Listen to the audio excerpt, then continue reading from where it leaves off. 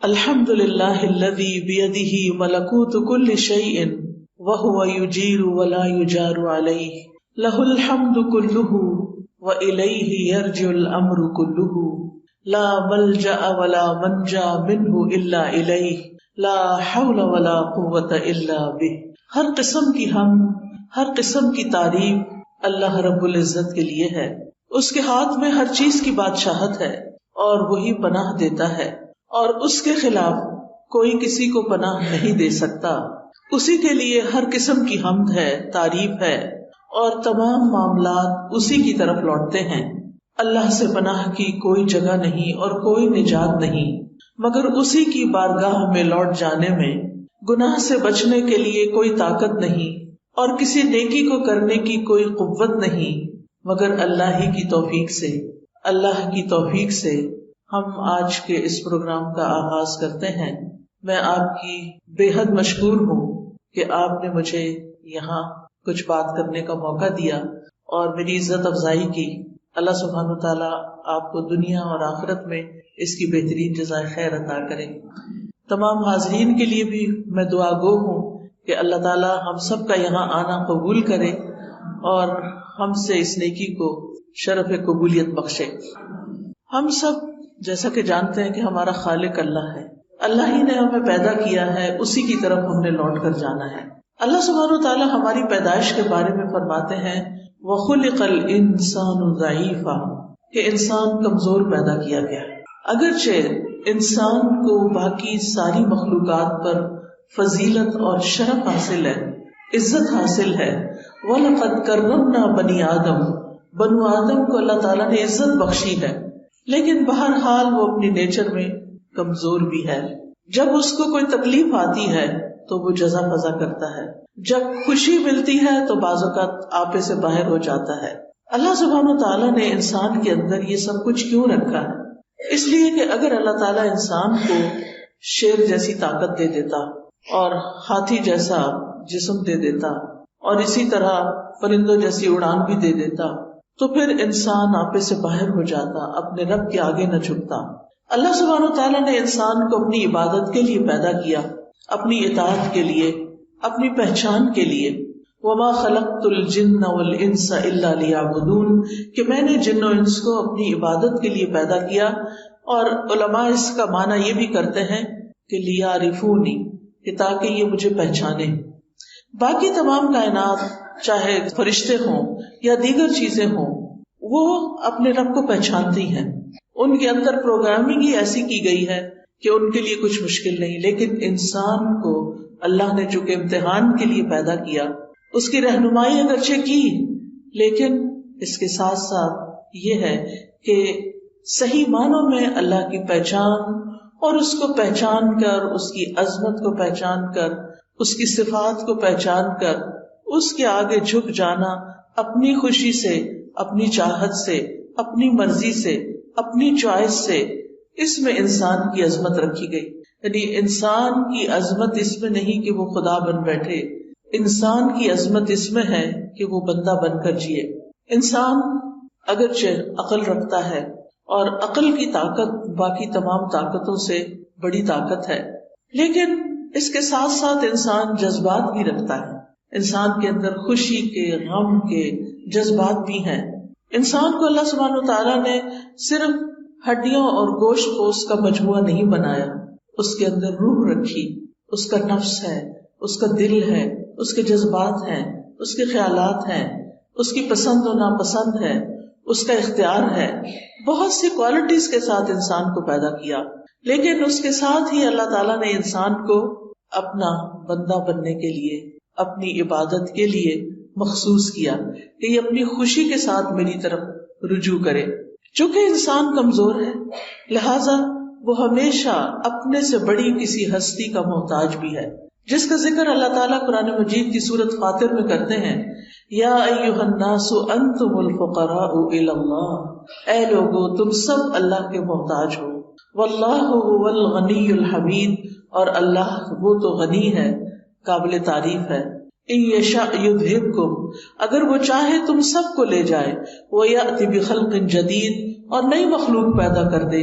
وما ذلک علی اللہ بعزیز، اور یہ چیز اللہ پر کچھ بھی مشکل نہیں ہے. لیکن وہ ہماری کمزوریوں، ہماری کوتاہیوں، ہماری غلطیوں، ہمارے گناہوں، ہمارے جرائم، ہماری ہر چیز کے ساتھ ہمیں زندگی کی مہلت دیتا ہے، توبہ کی توفیق دیتا ہے، اپنی طرف آنے کے مواقع فراہم کرتا ہے. لہذا ہم سب کی خوش قسمتی، خوشنودی اور ہماری کامیابی اس میں ہے کہ ہم ہر موقع پر اللہ سبحانہ تعالیٰ کی طرف رجوع کرنے والے ہوں. ہم اسی پر بھروسہ کریں، ہم اسی کا سہارا لیں، ہم اسی سے مانگیں، اسی سے پناہ طلب کریں، غم اور دکھ میں اسی سے فریادیں کریں اور اسی سے ہم حفاظت مانگیں. اور وہ یہ سب کچھ کرنے پر قادر ہے. اللہ سبحانہ تعالیٰ کو انسان کی کمزوری کا اعتراف بہت پسند ہے. جب انسان اللہ سبحانہ تعالیٰ کی بارگاہ میں ہاتھ اٹھاتا ہے، جب اللہ سبحانہ تعالیٰ کی بارگاہ میں سجدے میں سر رکھ دیتا ہے، تو جب انسان کا سر زمین پر ہوتا ہے وہ سب سے زیادہ اللہ کے قرب کا وقت ہوتا ہے، اللہ سبحانہ تعالیٰ کے قریب ہونے کا، اللہ سبحانہ تعالیٰ کے محبوب ہونے کا. اور جب انسان ہاتھ اٹھا لیتا ہے تو اللہ سبحانہ تعالیٰ ان کو خالی نہیں لوٹاتا. وہ اس بات سے شرماتا ہے کہ کسی کا ہاتھ اٹھا ہوا خالی لوٹا دوں. لہذا انسان کو اپنی تمام ضروریات میں، اپنی تمام مشکلات میں، اپنی تمام حاجات میں، اپنی ہر طرح کی پریشانیوں میں اللہ سبحانہ تعالیٰ کی طرف ہی رجوع کرنا چاہیے. اور اسی کا نام توکل ہے. جب انسان اپنی ضروریات میں اللہ کا سہارا لیتا ہے تو اللہ سبحانہ تعالیٰ کا سہارا لینا توکل کہلاتا ہے. اور اسی کی ہم سب کو ضرورت ہے کہ جب ہمیں کچھ مشکل ہو تو ہم کہیں حسبنا اللہ ونعم الوکیل، ہمیں اللہ کافی ہے اور وہی بہترین کارساز ہے، وہی سارے کام بنانے والا ہے. اور جتنا جتنا ہمیں اللہ تعالیٰ کی ذات پر زیادہ یقین ہوگا اور جتنا ہم اللہ سبحانہ تعالیٰ کو زیادہ پہچانتے ہوں اتنا ہی اس کی طرف رجوع بھی زیادہ ہوگا. اس کی طاقت میں ہے، اس کے اختیار میں ہے، اس کی قدرت میں ہے کہ وہ ہم سے ہر اس پریشانی، ہر اس خطرے کو دور کر دے جس سے ہم ڈرتے ہیں، اور پھر اسی کے آگے ہاتھ پھیلائیں. اور وہ انسان کے لیے کافی ہے. جب ہم کہتے ہیں حسبنا، ہمیں کافی ہے، یعنی اللہ کی مدد کافی ہے. اور اگر اللہ ہمارے ساتھ ہے، اللہ ہماری مدد کرنے والا ہے، تو پھر ہم تنہا نہیں ہیں. قرآن مجید میں اللہ تعالیٰ فرماتے ہیں وَلِلَّهِ مُلْكُ السَّمَاوَاتِ وَالْأَرْضِ وَاللَّهُ عَلَى كُلِّ شَيْءٍ قَدِيرٌ. آسمانوں اور زمین کا مالک اللہ ہی ہے اور وہ ہر چیز پر پوری قدرت رکھتا ہے. آپ سوچیں کہ زمین کی ہر چیز اس کی ملکیت ہے، اصل میں اس کے کنٹرول میں ہے. ہمیں تو اس نے وقتی طور پر اختیار دے رکھا ہے کہ ہم انہیں اپنی مرضی کے مطابق استعمال کریں، ورنہ اصل کنٹرول تو رب ہی کے ہاتھ میں ہے. اور اسی طرح وہ ہر چیز کو نہ صرف یہ کہ زمین کی، آسمان کو بھی اون کرتا ہے، اس کا کنٹرول بھی اللہ تعالیٰ کے ہاتھ میں ہے. لہٰذا جب کسی بندے کی اسے ضرورت پوری کرنی ہوتی ہے تو اسے کسی کا مشورہ نہیں چاہیے، کسی کی سفارش نہیں چاہیے. وہ سفارش جو بندوں کو اختیار دیا سفارش کرنے کا، انبیاء کو دیا ہے، اپنے اولیاء کو دیا ہے، وہ اس لیے دیا کہ وہ ان کو آنر بخشا ہے، ورنہ وہ تنہا سب کچھ کر سکتا ہے. وہ اکیلے سب کچھ کرنے پر پوری طرح قادر ہے. وہ صرف کن کہتا ہے اور بڑے بڑے کام ہو جاتے ہیں. تبارک الذی بیدہ الملک وہو علی کل شیء قدیر. بہت برکت والا ہے وہ کہ تمام بادشاہی صرف اور صرف اس کے ہاتھ میں ہے اور وہ ہر چیز پر پوری قدرت رکھتا ہے. رب المشرق والمغرب لا الہ الا ہو فاتخذہ وکیلا. وہ مشرق اور مغرب کا رب ہے، اس کے سوا کوئی معبود نہیں، لہٰذا اسی کو اپنا کارساز بنائیے. معاملات کی تدبیر کرنے میں بھی وہ یکتا ہے، اسے کسی کے مشورے کی ضرورت نہیں. ہر طرح کے خزانوں کا مالک وہ ہے، زمین کے خزانوں کا مالک بھی وہی ہے، آسمان کے خزانوں کا مالک بھی وہی ہے، اور ان خزانوں میں کوئی اس کا شریک بھی نہیں. ابو ذر غفاری رضی اللہ عنہ سے روایت ہے کہ نبی صلی اللہ علیہ وسلم اپنے رب تبارک و تعالی سے روایت کرتے ہیں کہ بے شک وہ فرماتا ہے اے میرے بندو تم سب گمراہ ہو سوائے اس کے جسے میں ہدایت دوں، پس تم مجھ سے ہدایت مانگو میں تمہیں ہدایت دوں گا. اے میرے بندو تم سب بھوکے ہو سوائے اس کے کہ جسے میں کھلاؤں، پس تم مجھ سے کھانا مانگو میں تمہیں کھلاؤں گا. اے میرے بندو تم سب دن رات گناہ کرتے ہو اور میں سارے گناہوں کو بخشتا ہوں، تو تم مجھ سے بخشش مانگو میں تمہیں بخش دوں گا. اے میرے بندو اگر تمہارے اولین و آخرین اور جن و انس ایک صاف چٹیل میدان میں کھڑے ہو کر مجھ سے مانگنے لگے اور میں ہر ایک کو جو وہ مجھ سے مانگے عطا کر دوں، تو پھر بھی میرے خزانوں میں کمی نہیں ہوگی مگر جتنی سمندر میں سوئی ڈال کر نکالنے سے کمی آتی ہے. یعنی اللہ سبحانہ وتعالیٰ کے پاس ایسے خزانے موجود ہیں کہ اگر پوری دنیا کے تمام لوگ ایک میدان میں کھڑے ہو جائیں اور وہ اپنی ساری ضروریات مانگے اور اللہ تعالیٰ سب کو عطا کر دے تو بھی اس کے خزانے میں اتنی کمی نہیں ہوتی جتنی سمندر میں سوئی ڈال کر باہر نکالنے سے پانی میں کمی ہوتی. اللہ سبحانہ وتعالیٰ کے پاس اتنا کچھ ہے. اور پھر یہ کہ کنٹرول بھی اسی کا، نگہبانی بھی اسی کی.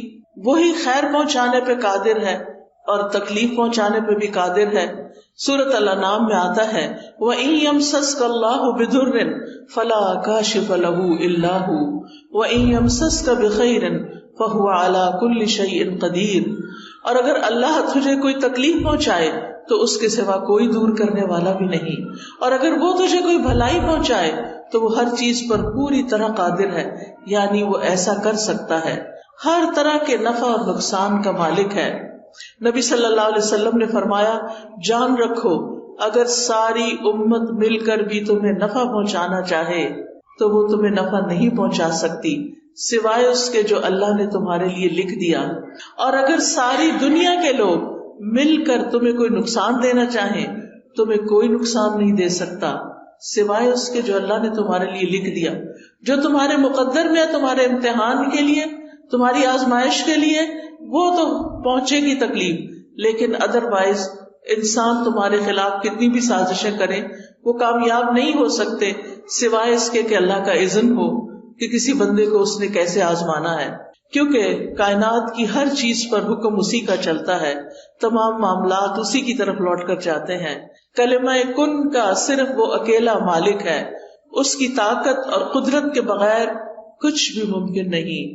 اسی لیے ہم کہتے ہیں لا حول ولا قوت الا باللہ.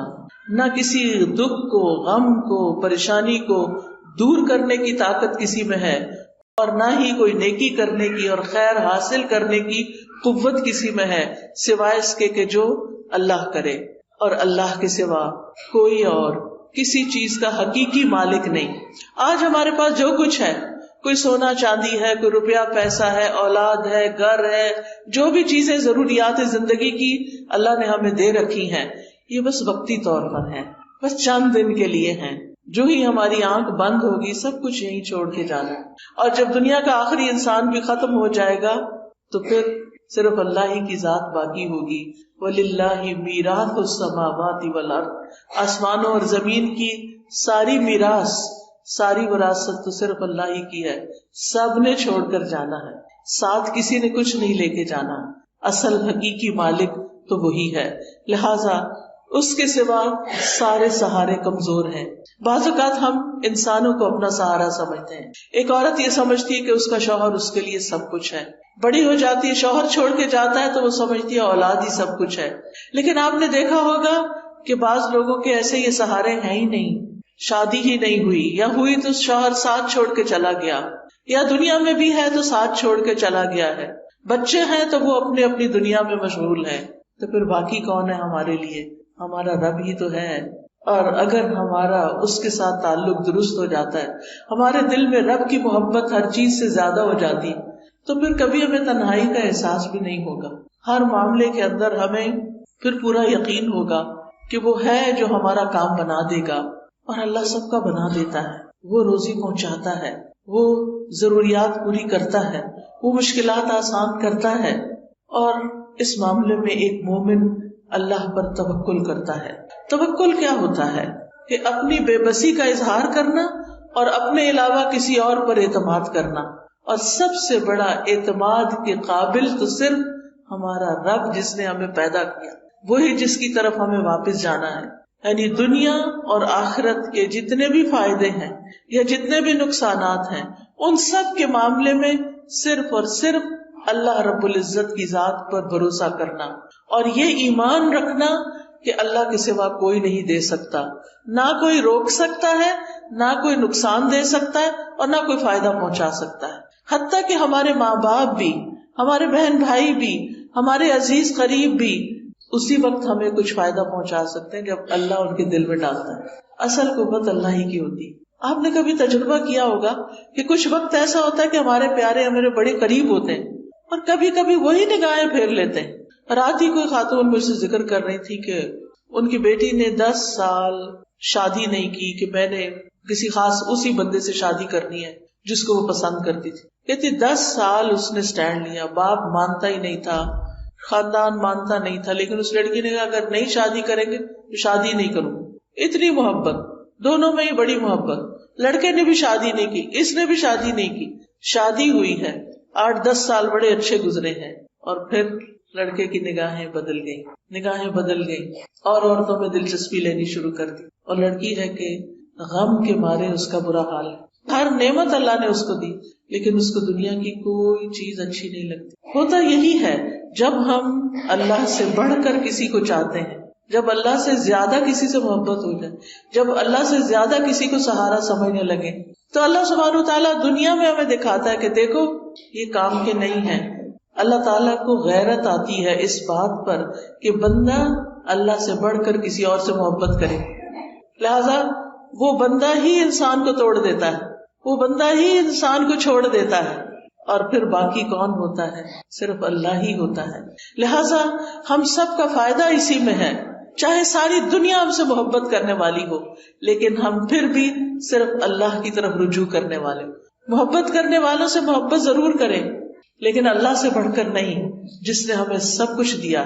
ہمارا سب کچھ اسی کے لیے ہونا چاہیے جس نے ہمیں یہ سب کچھ عطا کیا ہے. ہمارا یہ جسم، ہماری یہ سننے دیکھنے کی قوت، ہماری یہ بولنے کی قوت، ہمارا کھانا پینا، رزق روزی، سب کچھ تو اس کی طرف سے آیا ہے. لہٰذا ہمیں رجوع بھی اسی کی طرف کرنا چاہیے، اپنا سب کچھ اسی کے نام کرنا چاہیے. حیاتی کلہ للہ، اپنی ساری زندگی اسی کے لیے وقف کرنی چاہیے، اسی کو راضی کرنے کے لیے، اسی کو خوش کرنے کے لیے. لہٰذا یہ یقین رکھنا بے حد ضروری ہے کہ اللہ ہی ہمارے لیے کافی ہے. ابن الجوزی توکل کی تعریف کرتے ہوئے کہتے ہیں توکل یہ ہے کہ انسان اللہ پر بھروسہ کرتے ہوئے اللہ کی اچھی تدبیر کی بنا پر اپنا معاملہ اللہ کے سپرد کر دے. یعنی زندگی میں جب بھی کوئی اہم معاملہ پیش آئے، کوئی غم ہو، کوئی دکھ ہو، کوئی پریشانی ہو، کوئی مسئلہ اٹک جائے، تو پھر کیا کرے؟ کوشش ضرور کرے لیکن بھروسہ صرف اللہ پہ کرے، اور اللہ سبحانہ تعالیٰ سے دعا کرے کہ اللہ تو سب کچھ کر سکتا ہے، تیرے لیے تو کچھ بھی مشکل نہیں. ہم انسان ہیں، ہم فقیر ہیں، ہم کمزور ہیں، تو کمزور نہیں. تو رب العرش العظیم ہے، تو عظیم عرش کا رب ہے، تو آسمانوں کا مالک ہے، تو زمین کا مالک ہے، تو چاند ستاروں کا مالک ہے، تو ہر چیز کا مالک ہے. تیرے لیے تو یہ کام کچھ بھی نہیں، تیرے لیے تو اس مشکل کو آسان کرنا کچھ بھی نہیں. اس لیے میں تجھی سے فریاد کرتی ہوں، تیری ہی طرف رجوع کرتی ہوں، تیرے ہی آگے جھکتی ہوں اور تجھی سے سوال کرتی ہوں. تو مانگنے سے خوش ہوتا ہے، تیرے بندوں سے مانگے تو وہ ناراض ہوتے ہیں. جب تجھ سے سوال کرتے ہیں تو پسند کرتا ہے اپنی طرف لوٹ کر آنا، لیکن جب بندوں سے کچھ مانگتے ہیں تو بندے ناراض ہوتے ہیں. ابن رجب حنبلی کہتے ہیں توکل یہ ہے کہ دنیا اور آخرت کے تمام امور میں فائدوں کو حاصل کرنے اور تکلیفوں کو دور کرنے میں اللہ عز و جل پر دل سے سچا اعتماد. یعنی جب کوئی مشکل پیش آئے تو انسان گھبرائے نہیں، فوراً رب کی طرف دل ہی دل میں رجوع کرے اور کہے میرا رب کر دے گا. ان ذالک علی اللہ یسیر، میرے رب کے لیے یہ کام بہت آسان ہے، اس کے لیے مشکل نہیں ہے. اسی طرح عبداللہ بن داؤد کہتے ہیں کہ توکل یہ ہے کہ انسان اللہ سے اچھا گمان رکھے، ہمیشہ پازیٹو رہے، مایوسی کی طرف نہ جائے، کیونکہ مایوسی کفر ہے. مایوسی انسان کو خودکشی تک لے جاتی ہے. مایوس انسان زندگی کو انجوائے نہیں کر سکتا. لہذا ہمیشہ امید سے رہے، اللہ تعالیٰ کی طرف رجوع کرتے ہوئے ہمیشہ یہ سوچے کہ یہ مشکل آسان ہو جائے گی. ہو جائے گا. اللہ ہے نا. عام طور پہ لوگ کہتے میں ہوں نا، لیکن بہت دفعہ میرے ہوتے ہوئے بھی کچھ نہیں ہوتا. لیکن جس کی زندگی میں رب ہوتا ہے اس کے لیے کچھ بھی مشکل نہیں رہتا. شقیق بن ابراہیم کہتے ہیں توکل اللہ کے وعدے پر دل کا مطمئن ہونا ہے، کہ اللہ نے وعدہ کیا ہے نا کہ میں تمہاری پکار سنتا ہوں، میں تمہاری دعائیں سنتا ہوں، تو پھر اطمینان رکھیں کہ وہ اس نے سن لی ہے، اور وہ ایک وقت آئے گا، ایک دن آئے گا کہ وہ پوری ہو جائے گی. وہ العزیز ہے، الحکیم ہے. العزیز کا مطلب ہے کہ وہ غالب ہے، قادر ہے، ہر چیز کر سکتا ہے، لیکن اس کے ساتھ حکیم ہے. وہ صرف ہماری مرضی کے مطابق نہیں چلتا، وہ پوری کائنات کو چلا رہا ہے. وہ پوری کائنات کو سامنے رکھ کر جو چیز ہمارے فائدے کی ہوتی ہے، جس وقت وہ ہمیں ملنی چاہیے وہ اس وقت دیتا ہے. بعض اوقات آپ دیکھیں انسان اللہ سے دعا کرتا ہے اور چاہتا ہے کہ بس میں اٹھوں مصلی سے اور میرا کام ہو جائے، اور کئی دفعہ ہو بھی جاتا ہے لیکن کئی دفعہ نہیں ہوتا. اب اس میں ہم دیکھتے ہیں کہ یوسف علیہ السلام بچے تھے، ابھی بالکل ابتدائی عمر تھی ان کی، اپنے والد سے جدا کر دیے گئے. وہ کتنا روتے تھے ان کے لیے، اور ان کے دل میں یہ یقین تھا کہ میرا رب میرے بچے کو واپس لائے گا. لیکن رب کب واپس لائے؟ 40 سال کی. اس 40 سال میں یوسف علیہ السلام کی کیسی کیسی تربیت نہیں ہوئی، کیسی کیسی ان پہ آزمائشیں نہیں آئیں. کبھی وہ کنویں میں پھینکے گئے، اور کبھی وہ مصر کے بازار میں بک گئے، اور کبھی وہ زلیخا کی طرف سے آزمائش میں مبتلا ہوئے، اور کبھی وہ قید خانے میں 9 سال تک بند رہے. ان سارے مرحلوں سے خوش اسلوبی سے گزرتے ہوئے جب وہ مصر کے بادشاہ بنے تو اللہ تعالیٰ نے ان کو واپس لوٹا دیا، اپنے باپ سے ملے. اب کس شان سے ان کے والد آتے ہیں، کس شان سے ان کے بھائی آتے ہیں کہ ان سب کو اپنے تخت پر بٹھاتے ہیں اور بھائی ان کے سامنے جھک جاتے ہیں. یہ ایک وقت چاہیے تھا ان کو واپس لوٹانے کے لیے کہ اللہ سبحانہ وتعالیٰ کے فیصلے زیادہ بہتر ہوتے ہیں. بعض اوقات ہم یہ چاہتے ہیں بس ہمارا بچہ ہمارے پاس ہی رہ کے ادھر ادھر نہ جائے، پتہ نہیں اس کو کیا ہو جائے گا. لیکن جو اللہ پہ بھروسہ کرتے ہیں وہ بھیج دیتے ہیں. میں نے تو اللہ کے حوالے کیا. اللہ نے یوسف علیہ السلام کی حفاظت کی تھی، پورے مصر میں ایک بھی ان کے سوا مسلمان نہیں تھا. اللہ حفاظت کرے گا. موسیٰ علیہ السلام کی والدہ نے کیا کیا تھا؟ دودھ پیتے بچے کو باسکٹ میں ڈال کے سمندر کے حوالے کر دیا. کوئی آسان نہیں تھا، لیکن توکل نہ ہوتا تو ایسا نہ کر سکتی. ہر شخص کی زندگی میں ایسے مرحلے آتے ہیں کہ جب اس کو اپنا بچہ، اپنی پیاری چیز، اپنی قیمتی چیز اپنے پاس سے نکال کے اللہ کے حوالے کرنا پڑتی ہے. ایسے میں بڑے بڑے ڈیسیژن جو رسک پر مبنی ہوتے ہیں انسان صرف اس وقت لے سکتا ہے جب اللہ پہ توکل کرتا ہے. ابراہیم علیہ السلام کو آپ دیکھیے کہ کس طرح ان کے لیے آگ کا الاؤ تیار کیا گیا. آگ کا الاؤ تیار کیا گیا اور جبریل علیہ السلام آتے ہیں کہ میری ہیلپ چاہیے، کہتے ہیں حسبی اللہ و نعم الوکیل، میرے لیے اللہ کافی ہے اور وہ بہترین کارساز ہے. اور کس طرح اللہ تعالیٰ نے آگ کو گل و گلزار بنا دیا. وَقُلْنَا يَا نَارُ كُونِي بَرْدًا وَسَلَامًا عَلَىٰ إِبْرَاهِيمَ، ہم نے کہا اے آگ ابراہیم کے لیے ٹھنڈی ہو جا اور سلامتی والی ہو جا. اور کس طرح اس آگ میں جا کر بھی وہ صحیح سلامت نکل آئے. یہ ان کا اللہ کی ذات پر مکمل بھروسہ تھا. انسان کسی ایسی بیماری میں مبتلا ہو جائے کہ جس سے شفا کی امید نہ ہو، پھر بھی امید نہ چھوڑے، کیونکہ شفا تو اللہ کے ہاتھ میں ہے نا، وہ سب کچھ کر سکتا ہے. اور کئی بار ایسے ہوتا ہے کہ قومے میں جانے کے بعد کئی دن تک، مہینوں تک بے ہوش رہنے کے بعد لوگ ہوش میں آتے ہیں اور سال ہر سال پھر جیتے بھی ہیں. سبحان اللہ، یہ اللہ کے کام ہے. یہ معجزات اللہ تعالیٰ ہمیں دکھاتا ہے کہ اللہ تعالیٰ کے لیے کچھ بھی مشکل نہیں. زکریا علیہ السلام نے کس طرح ساری زندگی امید نہیں چھوڑی اور اللہ تعالیٰ سے مانگتے رہے، اور کس بڑھاپے میں کہ ان کے سارے بال سفید ہو چکے تھے، ان کی بیوی بھی بانجھ تھی، کیسے اللہ نے ان کو یحییٰ علیہ السلام جیسی اولاد عطا کی. کیا دکھایا؟ اللہ سب کچھ کر سکتا ہے. اللہ بوڑھی عورت کو بھی اولاد دے سکتا ہے. اللہ تعالیٰ کے لیے کچھ بھی مشکل نہیں، رب کے لیے کچھ بھی مشکل نہیں. لہٰذا جب کبھی مشکل میں آئے، جب کبھی تکلیف ہو تو اللہ کی طرف رجوع کریں. اللہ تعالیٰ کی کفایت جو ہے وہ عام بھی ہے اور خاص بھی ہے. عام کفایت یہ ہے کہ عام لوگوں کو زندگی کے معاملات میں، دین دنیا کے معاملات میں جو پریشانیاں ہوتی ہیں ان میں اللہ تعالیٰ ان کے لیے کافی ہو جاتا ہے، ان کو فائدہ بھی پہنچاتا ہے اور ان سے نقصان بھی دور کرتا ہے. لیکن خاص کفایت ایسی ہے کہ جس میں اللہ تعالیٰ اپنے متقی اور متوکل بندوں کی ایسی کفایت کرتا ہے جس سے اللہ تعالیٰ ان کے مشکل ترین معاملات کو بھی آسان کر دیتا ہے. جیسے نبی صلی اللہ علیہ وسلم کے لیے اللہ تعالیٰ نے فرمایا یا ایھا النبی حسبک اللہ ومن اتبعک من المؤمنین، اے نبی آپ کے لیے اور ان مومنوں کے لیے جو آپ کے حکم پہ چلتے ہیں اللہ ہی کافی ہے. وہ اس دور کے مومنوں کے لیے بھی ہے، وہ آج کے مومنوں کے لیے بھی ہے، اور یہ خاص کفایت ہے. یعنی آپ کو بھی اللہ کافی ہے، اور جو آپ کو فالو کرے، آپ کے پیروکار ہوں، جو اللہ کی عبادت کرے، جتنا وہ اللہ کے بارے میں اچھا گمان رکھتے ہیں اسی گمان کے مطابق اللہ تعالیٰ ان کی مدد کرتا ہے. وہ آتا ہے نا حدیث میں کہ میں بندے کے ساتھ اس کے گمان کے مطابق معاملہ کرتا ہوں. تو اگر ہمارا گمان یہ ہو کہ اللہ تعالیٰ سب کچھ کر سکتا ہے، اللہ تعالیٰ کے لیے کچھ بھی مشکل نہیں، اور اس کے ساتھ ساتھ ہم اس سے امید بھی رکھتے ہیں، دعائیں بھی کرتے ہیں، اس کی عبادت بھی کرتے ہیں، اس کے آگے جھکتے بھی ہیں، اس پہ توکل کرتے ہیں، اس سے تقویٰ کرتے ہیں، تو الیس اللہ بکاف عبدہ، کیا اللہ اپنے بندے کے لیے کافی نہیں؟ بالکل کافی ہے، اور وہ سب کچھ کر سکتا ہے. تو یاد رکھیے زندگی کے معاملات میں، زندگی کی مشکلات میں اللہ پر بھروسہ رکھنا، اللہ پر توکل کرنا ہم سب پر واجب ہے. یہ ایمان کا تقاضا ہے، یہ دل کی عبادت ہے. توکل دل کی عبادت ہے کہ میرا دل اطمینان میں ہو، مشکل سے مشکل وقت میں اطمینان میں ہو، میرا رب ہے وہ کرے گا. اور توکل سے بڑا کوئی مقام نہیں ہے. یعنی توکل ایمان کا خلاصہ ہے. اللہ تعالیٰ نے نبی صلی اللہ علیہ وسلم کو حکم دیا فَتَوَكَّلْ عَلَى اللَّهِ إِنَّكَ عَلَى الْحَقِّ الْمُبِينِ، آپ اللہ پہ بھروسہ کیجئے، آپ یقیناً واضح حق پر ہیں.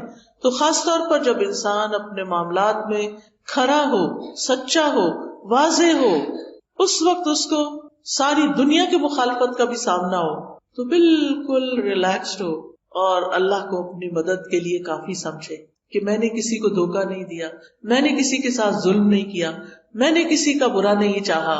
اللہ تعالیٰ میرا برا نہیں کرے گا، وہ میرے ساتھ اچھا ہی کرے گا. اللہ تعالیٰ کے ساتھ پھر انسان حسن ظن رکھے. اللہ تعالیٰ فرماتے ہیں وَتَوَكَّلْ عَلَى الْحَيِّ الَّذِي لَا يَمُوتُ وَسَبِّحْ بِحَمْدِهِ، اور زندہ پر بھروسہ کیجئے جو کبھی نہیں مرے گا، اور اس کی حمد کے ساتھ اس کی تسبیح کیجئے. اور پھر وَعَلَى اللَّهِ فَلْيَتَوَكَّلِ الْمُتَوَكِّلُونَ، بھروسہ کرنے والوں کو اللہ ہی پر بھروسہ کرنا چاہیے، کیونکہ وَكَفَى بِرَبِّكَ وَكِيلًا، تیرے رب کا کارساز ہونا بالکل کافی ہے، اور وہ بندے کو ہر وقت میں کافی ہے، دن ہو یا رات ہو، صبح ہو یا شام ہو، اچھے حالات ہو یا تکلیف دہ حالات ہو، صحت ہو یا بیماری ہو، ہر حال میں وہ کافی ہے. وَكَفَى بِرَبِّكَ هَادِيًا وَنَصِيرًا، انسان کو کسی معاملے میں رہنمائی چاہیے.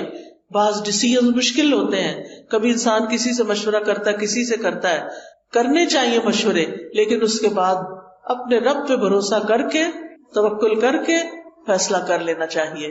کیونکہ اگر توکل کی کمی ہو تو انسان کے اندر کمزوری ہوتی ہے اور وہ زندگی میں آگے نہیں بڑھ سکتا، خود بھی پریشان رہتا ہے اور دوسروں کو بھی پریشان رکھتا ہے. اور یاد رکھیے یہ توکل ایمان کی علامت ہے. وَعَلَى اللَّهِ فَلْيَتَوَكَّلِ الْمُؤْمِنُونَ. توکل بڑھتا کیسے ہے؟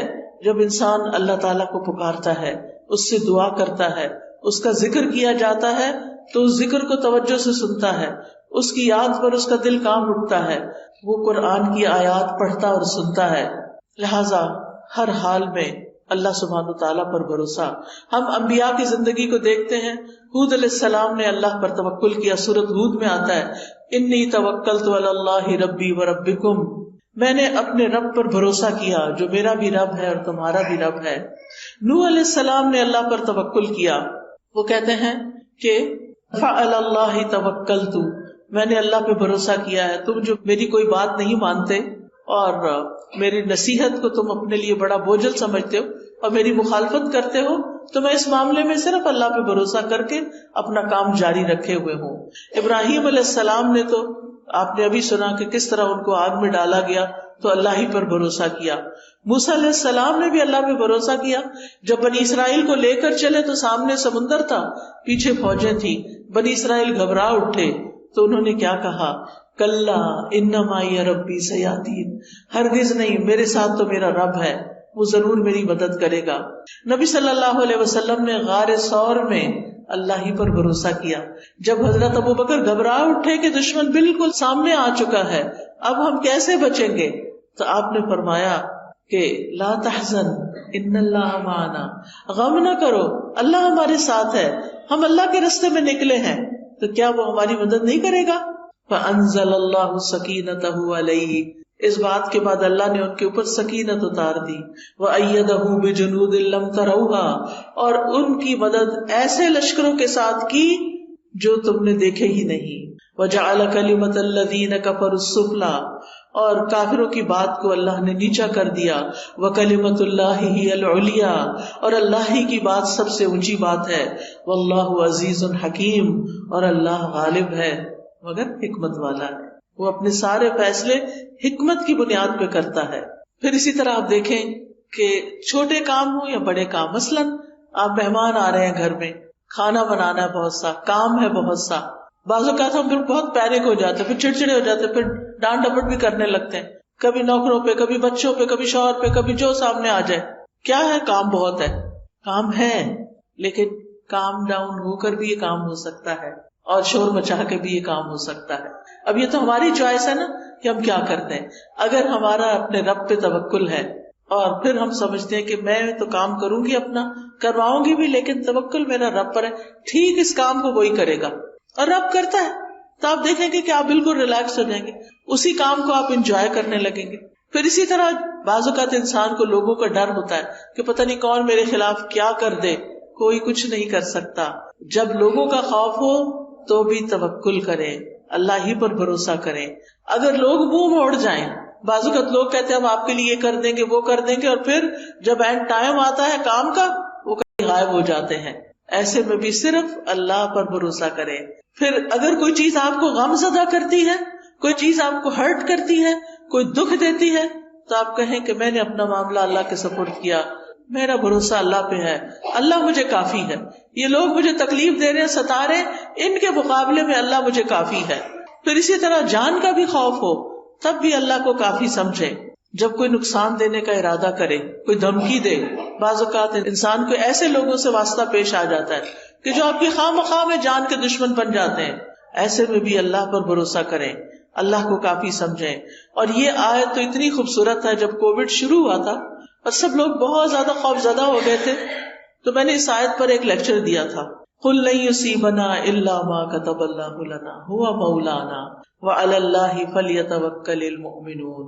ان سے کہو ہمیں اگر کوئی مصیبت آئے گی تو صرف وہی آئے گی جو اللہ نے ہمارے مقدر میں لکھی ہے، ورنہ کوئی مصیبت نہیں آنے والی. ضروری نہیں کہ کووڈ ساری دنیا میں پھیلا ہوا ہے تو ہمیں بھی ہٹ کرے، نہیں، اگر اللہ نہیں چاہے گا تو بچ جائیں گے. اگر موت لکھی ہے تو بچ نہیں سکتے، وہ تو کسی وقت بھی آنی. وہ کووڈ نہ بھی آتا تو جو جانے کا وقت ہے اس پہ تو جانا ہی پڑے گا. وہی ہمارا سرپرست ہے، اور مومنوں کو اللہ ہی پر بھروسہ کرنا چاہیے. اسی طرح جب زیادہ دشمنوں کا خوف ہو اور لوگ آپ کے خلاف چالیں چل رہے ہوں، بعض اوقات ایسا ہوتا ہے نا کہ آفیسز میں آپ کے ہسبینڈ بہت ایماندار ہیں، اللہ پہ بھروسہ کرنے والے ہیں، کام بہت اچھا کرتے ہیں، لیکن کچھ لوگ بڑوں کے کان بھر کے ان کو نقصان دینے کی کوشش کرتے. اس وقت انسان بہت پریشان ہوتا ہے کہ اب کیا کروں. اس وقت بھی اپنی فریاد اللہ سے کرے اور اللہ پہ بھروسہ کرے. اللہ تعالیٰ کسی محسن کا اجر ضائع نہیں کرتا. اگر اللہ نے وہاں ترقی دینی ہوئی تو وہ بھی دے گا، اور اگر نہیں دینی، کسی اور جگہ پہ لے جانا ہے، شاید اسی میں ہمارے لیے خیر ہو.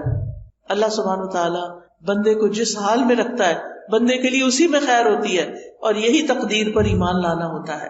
کچھ چیزیں ہماری مرضی کے خلاف ہوتی ہیں لیکن ہمیں وہ ایکسپٹ کرنی پڑتی، وہ کڑوی ہوتی ہیں لیکن وہ نگلنی پڑتی، کیونکہ انہی میں شفا ہوتی ہے. تو اس لیے کبھی بھی اللہ تعالیٰ سے ناراض نہیں ہونا چاہیے، اور جب مدد چاہیے تو اللہ ہی سے مدد مانگے. جب کوئی اذیت دے تو اللہ کو کافی سمجھے. اگر لوگ الزام لگائیں تو بھی اللہ کو کافی سمجھیں. نبی صلی اللہ علیہ وسلم نے فرمایا، ایک کہانی ہے یہ، ایک بچہ اپنی ماں کا دودھ پی رہا تھا تو ایک آدمی ایک عمدہ سواری پر بہترین لباس پہنے ہوئے وہاں سے گزرا. تو اس بچے کی ماں نے کہا، اے اللہ میرے بیٹے کو اس جیسا بنا دے. وہ اچھا لگا تو کہا، ہر ماں کی خواہش ہوتی ہے کہ میرا بچہ بھی کامیاب انسان کی طرح ہو. بچے نے دودھ چھوڑ کر سوار کی طرف دیکھا اور دیکھتا رہا. پھر وہ بچہ کہنے لگا، اللہ مجھے اس جیسا نہ بنانا. پھر وہ ایک لونڈی کے پاس سے گزرے، یعنی ماں بیٹا، جسے لوگ مارتے ہوئے کہہ رہے تھے کہ تو نے زنا کیا ہے، تو نے چوری کی ہے. وہ جواب میں کہتی حسبی اللہ و نعم الوکیل، یعنی میں نے نہیں کی، اب میرا کوئی مددگار نہیں، میرے لیے اللہ کافی ہے اور تو بہترین کارساز ہے. اس بچے کی ماں نے کہا اے اللہ تو میرے بیٹے کو اس عورت کی طرح نہ بنانا. بچے نے پھر دودھ پینا چھوڑا، اس عورت باندی کی طرف دیکھا اور کہنے لگا اللہ مجھے اس جیسا بنا دے. بچے نے کہا بے شک وہ پہلا آدمی جابر تھا، ظالم تھا، تو میں نے کہا اللہ مجھے اس جیسا نہ بنانا. اور یہ عورت جسے یہ لوگ کہہ رہے تھے کہ تو نے زنا کیا، نہ اس نے زنا کیا تھا نہ چوری کی، تو میں نے اس لیے کہا کہ اللہ مجھے اس جیسا بنا دے. کہانی کا مطلب کیا ہے کہ اگر کوئی آپ پر الزام لگائے تو اللہ تعالیٰ دودھ پیتے بچے کو بھی آپ کے حق میں کھڑا کر سکتا ہے اور آپ کی صفائی اس کے ذریعے بھی پیش ہو سکتی ہے. اللہ کافی ہے نا. وہ اللہ کو پکار رہی تھی، کوئی آگے نہیں بڑھا اس کی مدد کے لیے. ایک راہ چلتی ایک عام سی عورت کا بچہ دودھ چھوڑ کے بول رہا ہے اس عورت نے چوری نہیں کی، اس عورت نے زنا نہیں کیا، تو بری ہو گئی. کیونکہ اگر کوئی بڑا کہتا نا، کوئی اس کی بات نہ مانتا، تو بچے تو بولتے نہیں، تو اللہ نے ایک بچے کو بلوا کے اس کا دفاع فرمایا. پھر اسی طرح آپ دیکھیں کہ بعض اوقات زندگی میں ہمیں کچھ ایسے فیصلے کرنے پڑتے ہیں جو ہمیں پسند نہیں ہوتے، ہمارے لیے بڑے مشکل ہوتے ہیں. مثال کے طور پر بعض اوقات خاندان کے اندر لڑائیاں ہو جاتی ہیں، آپس میں رشتے دار کٹ جاتے ہیں، پھر کوئی بیچ میں پڑتا ہے اور وہ آ کے کہتا ہے صلح کر لو. ہم کہتے نہیں اگر ہم نے صلح کی تو پھر ہمیں وہی مشکل دیکھنی پڑے گی. ایسے موقع پر بھی اللہ پر بھروسہ کریں، لوگوں کو معاف کر دیں، اللہ پہ توکل کریں. کوئی کچھ نقصان نہیں دے سکتا جب تک اللہ نہ چاہے. اگر کسی چیز سے بدشگونی ہو، بدشگونی کا کیا ہے، جیسے لوگ کہتے کالی بلی گزر گئی یا یہ پرندہ اڑ کے الٹی طرف چلا گیا ہے، یعنی مختلف چیزوں سے شگون لیتے ہیں. تو بدشگونی منع ہے ہمارے دین میں کہ چیزوں سے شگون نہ لیں. لیکن اگر کبھی ایسی کوئی چیز دل میں شیطان ڈال دے تو پھر اپنے کام کو جاری رکھیں اور اللہ پہ بھروسہ رکھیں. یعنی کچھ لوگ ہوتے ہیں وہ کام چھوڑ دیتے ہیں. کئی دفعہ ایسے ہوتا ہے نا کہ ہم شام کی فلائٹ پہ جانے والے ہوتے ہیں، صبح کی فلائٹ کا کریش ہو جاتا ہے. کبھی کبھی ایسے خبریں سننے کو ملتی، ہم کیا کہتے ہیں ہم نے نہیں جانا. نہیں، کام جاری رہی. اس کو بدشگونی نہ لے کہ وہ صبح ہوا تو آج کے دن شام بھی ہوگا، کیونکہ اس طرح انسان اگر شگون لینے لگے تو زندگی کے کام رک جاتے ہیں. نفع نقصان اللہ کے ہاتھ میں ہے. وہ جو چلے گئے ان کی شہادت لکھی گئی، اللہ ان کو آخرت میں اچھا دے گا اس تکلیف کے بدلے. لیکن ہمیں ایسی چیزوں سے بدشگونی نہیں لینی. اسی طرح ہمارے معاشرے میں افسوس کے ساتھ کہنا پڑتا ہے اگر کسی عورت کی طلاق ہو گئی ہے یا کوئی عورت بیوہ ہو گئی تو اس کو اپنی شادی پر نہیں آنے دیتے یا مہندی پہ نہیں آنے دیتے یا جو بھی کوئی اور پروگرام ہوتے ہیں، کہتے ہیں کہ نہیں یہ سہاگن نہیں ہے. آپ دیکھیے کیا آپ نے کسی کی زندگی کا ٹھیکہ لے رکھا ہے. اس کا شوہر فوت ہو گیا ہے اور وہ اب تنہا ہے، اکیلی ہے، اداس ہے، اسے اب یہ حق بھی نہیں کہ ہم اس کو کسی خوشی میں شریک کریں. یہ سوچتے ہیں کہ اس کے قدم آئے تو کوئی مصیبت آ جائے گی. نہیں، ایسا نہیں ہوتا.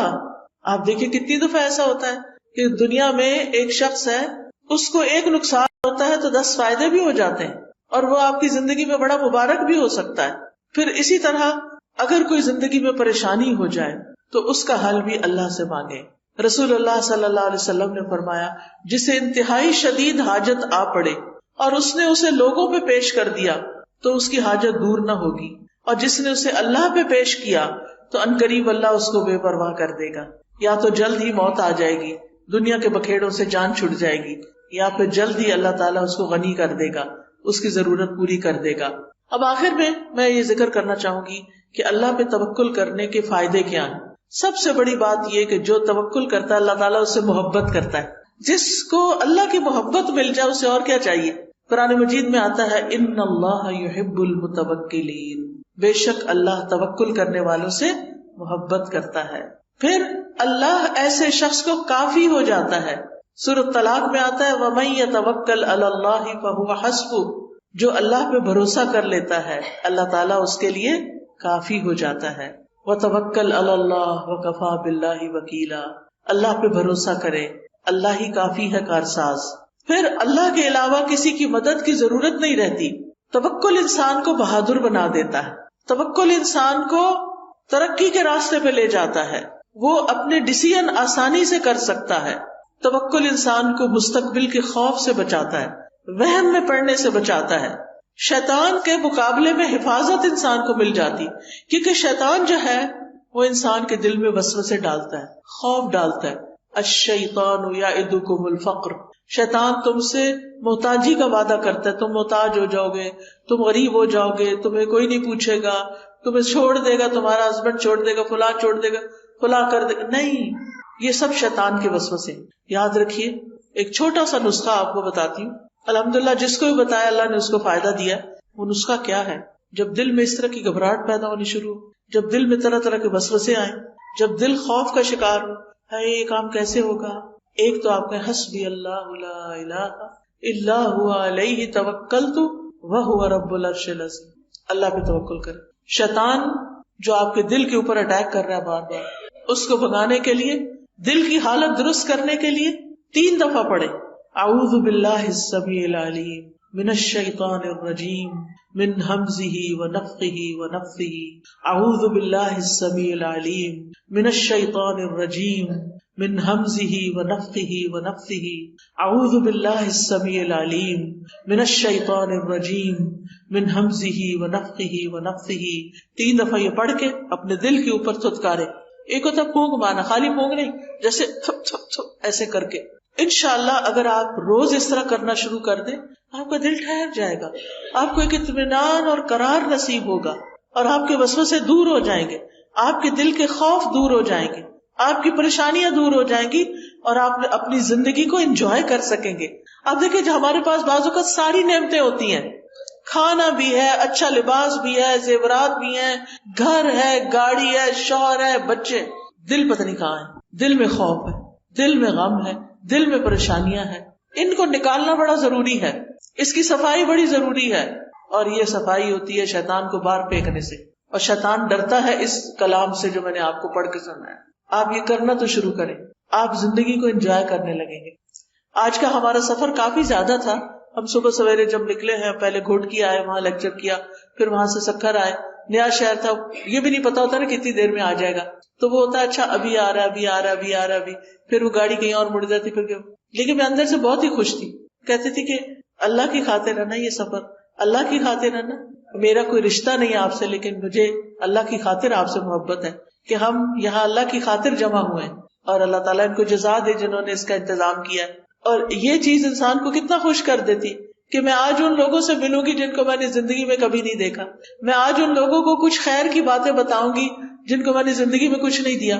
تو یہ چیز جو ہے، شیطان کے وسوسے جب دور ہو جاتے ہیں تو پھر پازیٹیو تھنکنگ شروع ہو جاتی ہے، پھر آپ ہر سچویشن کو انجوائے کرنے لگتے ہیں، ہر چیز آپ کو خوش کرنے لگتی ہے، آپ کو تھکاوٹ بھول جاتی ہے، آپ کو سفر کی تکان دور ہو جاتی. میں نے راستے میں اتنا انجوائے کیا کھجوروں کے باغ دیکھ کے، مجھے تو مدینہ ہی یاد آتا رہا. میں کبھی دائیں دیکھتی کبھی بائیں دیکھتی، مجھے ہوتا تھا یہ منظر غائب نہ ہو جائے کہیں. اتنی خوبصورت سینری. مجھے پہلی دفعہ اس راستے سے سکھر آنے کے لیے پنجاب سے سندھ میں آنے کا اتفاق ہوا ہے، لیکن اتنا خوبصورت لگا ہے. سندھ کی پتہ نہیں کیسی پکچر لوگ پیش کرتے ہیں کہ پتہ نہیں وہاں کیا حالات ہیں، حالانکہ الحمدللہ اللہ نے اتنی نعمتیں دی ہیں، اتنا خوبصورت علاقہ ہے، اتنی یہ گرینری ہے. دریائے سندھ دیکھنے کو ملا، پیچھے میں نے دیکھا سارے دریا سوکھے ہوئے تھے، نہریں سوکھی ہوئی تھی، پہلی دفعہ پانی دیکھنے کو ملا. اللہ کی کس کس نعمت پر شکر ادا کرے انسان. تو خوش ہونے کے لیے بہت سی چیزیں رکھی اللہ نے، بے پناہ مناظر رکھے، آسمان دیکھیں، زمین دیکھیں، درخت دیکھیں، پھل دیکھیں، ریڑیاں بھری پڑی ہیں فریش فروٹ سے. آتے ہوئے ہم نے کہا کہ یہیں سے فروٹ لے جاتے، پتہ نہیں سکھر ہے، پتہ نہیں ملے گا کہ نہیں، لوگوں نے ڈرایا ہوا ہوتا ہے نا، لیکن میں نے کہا کہ یہاں تو اس سے بھی اچھا پڑا ہے، اتنی اچھی اچھی چیزیں. تو بات یہ ہے کہ ہمیں نا جب شیطان ڈراتا ہے تو ہم نعمتوں کو دیکھنا ہی بھول جاتے ہیں. نعمت سامنے رکھی ہوتی ہے، ہمارا دھیان پتہ نہیں کہاں ہوتا ہے، ہم اس پریشانی میں ہی کھوئے ہوئے ہوتے ہیں. تو اس شیطان مردود سے پناہ مانگے، اللہ کی پناہ لیں، اور ان وسوسوں کو دل سے نکالیں. لائف کو انجوائے کریں، لائٹ فیل کیا کریں، ہر سچویشن سے فائدہ اٹھایا کریں. اگر کوئی تکلیف ہو گئی ہے تو صبر کر کے اجر کمائیں، اور اگر کوئی نعمت نظر آ رہی ہے تو شکر کر کے اجر کمائیں. اور مومن کے لیے ہر وقت اجر کمانے کے مواقع ہیں، ہر وقت، اللہ یہ کہ وہ اپنے آپ کو خود ہی اذیت میں مبتلا رکھے اور صرف پریشانی کی بات سوچتا رہے. اللہ سبحانہ وتعالیٰ ہمیں بچے دیتا، اگر ایک بچہ نہ ہماری بات مانے تو 5 بچوں کی فرما برداری ہمیں سمجھ ہی نہیں آتی. اگر 5 سیٹلڈ ہیں، اپنے گھروں والے ہیں، لیکن چھٹا جو ہے نا پڑھ نہیں رہا، تو بس سارا وقت اسی کی کڑن کڑن کڑن، نہیں، اس سے باہر نکلیں، اس کا ایک وقت ہے، یہ بھی ٹھیک ہو جائے گا. دعائیں زیادہ کریں اس کڑنے اور جلنے کی بجائے. اور یہ کہ بچے بات نہیں مان، دیکھیں ہم اپنا بچپن یاد کریں، ہم بڑے فرما بردار تھے، ہم نے بھی تو ماں باپ کو ستایا ہوگا نا. تو یہ مکافات کی دنیا ہے، دنیا میں پھر اللہ تعالیٰ دکھاتا بھی ہے، اور اس میں صرف صبر کی ضرورت ہے. وقت آنے پہ یہ ٹھیک ہو جائیں گے. ان معصوموں سے اچھی امیدیں رکھیں، ان کے سامنے خیر کی بات کریں، کبھی منفی بات نہ کریں، کبھی نیگیٹو بات نہ کریں، اچھا کردار پیش کریں کہ نہیں ٹھیک ہو جائے گا، اچھا ابھی نہیں، اچھا آ جائے گا، امتحان میں کم نمبر ہے، اچھا نیکسٹ ٹائم ہم اور ٹرائی کریں گے، کوئی بات نہیں. کچھ ماں باپ تو پیچھے پڑ جاتے ہیں، A+ اور A* اور پتہ نہیں کیا کیا بنا دیا گیا، یہ کیوں نہیں آیا تمہارا، تمہارے دوست کا کیوں آ گیا.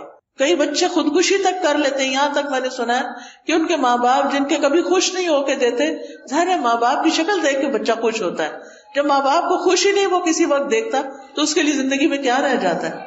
لہذا بہت ضروری ہے کہ ہم توکل کرنا سیکھیں اور مستقبل کے خوف سے بچیں، اور وہم اور بدشگونی اور ان چیزوں سے اپنے آپ کو بچائیں. کیونکہ رسول اللہ صلی اللہ علیہ وسلم نے فرمایا نحوست پکڑنا شرک ہے، اور ہم میں سے کوئی نہیں جس کو وہم لاحق ہو جاتا ہے کہ ہاں یہ چیز ایسے ہوگی تو پتہ نہیں اب کیا ہوگا، مگر اللہ توکل کے ذریعے اس چیز کو ختم کر دیتا ہے. یعنی ان وہموں، وسوسوں اور ان چیزوں کا، منفی سوچوں کا علاج اللہ پہ توکل ہے، اور توکل کرنے والوں کے لیے آخرت میں بہت بڑا اجر ہے. سورۃ النحل میں اللہ تعالیٰ فرماتے ہیں وَلَأَجْرُ الْآخِرَةِ أَكْبَرُ لَوْ كَانُوا يَعْلَمُونَ الَّذِينَ صَبَرُوا وَعَلَىٰ رَبِّهِمْ يَتَوَكَّلُونَ. اور آخرت کا اجر تو بہت بڑا ہے، کاش وہ لوگ جانتے ہوتے. یعنی جن لوگوں نے صبر کیا اور اپنے پروردگار پہ بھروسہ کرتے ہیں ان کے لیے بہت بڑا اجر ہے، ان کے لیے جنت ہے.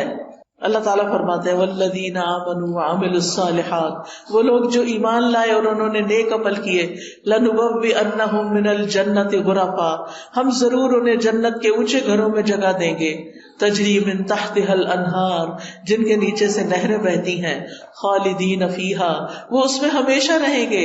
نعم اجر العاملین، عمل کرنے والوں کا اجر کتنا اچھا ہے. الذین صبروا وعلی ربہم یتوکلون، کون ہے یہ عمل کرنے والے؟ جو صبر کرتے ہیں اور اپنے رب پر بھروسہ کرتے ہیں. یہ زندگی کی گاڑی بھروسے پر ہی چلتی ہے، لہٰذا اللہ کو تھام لیں، اللہ سے اپنا تعلق مضبوط کر لیں، اللہ کی کتاب کو تھام لیں، اللہ کی کتاب کو سمجھ کر پڑھیں. ایسے لیکچرز، ایسی کلاسز، ایسے استاد ڈھونڈیں کہ جو آپ کو اللہ سے جوڑ دیں، جو آپ کو زندگی گزارنے کا ڈھنگ سکھا دیں، جو اس کتاب ہدایت سے آپ کو جوڑ دیں. تو اللہ سبحانہ تعالیٰ سے دعا ہے کہ اللہ تعالیٰ ہم سب کو کمزور سہاروں کو چھوڑ کر اللہ کا مضبوط سہارا پکڑنے کی ہمیں توفیق عطا فرمائے.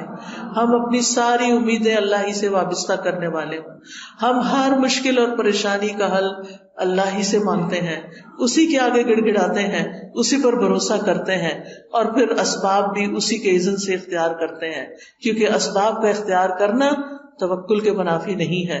تو حسبنا اللہ ونعم الوکیل، حسبی اللہ لا الہ الا ہوا علیہ توکلت وہو رب العرش العظیم. ربنا علیک توکلنا والیک انبنا والیک المصیر. اللہ اللہ ربی لا اشرک بہ شیئا، اعوذ بکلمات اللہ التامات من شر ما خلق، اعوذ بکلمات اللہ التامات من غضبہ وشر عبادہ ومن همزات الشیاطین وان یحضرون. رب اعوذ بک من همزات الشیاطین واعوذ بک رب ان یحضرون. اللہم انی اسألک العافیۃ فی الدنیا والآخرہ، اللہم انی اسألک العفو والعافیہ فی دینی ودنیای وأهلی ومالی. اللہم استر عوراتی وآمن روعاتی.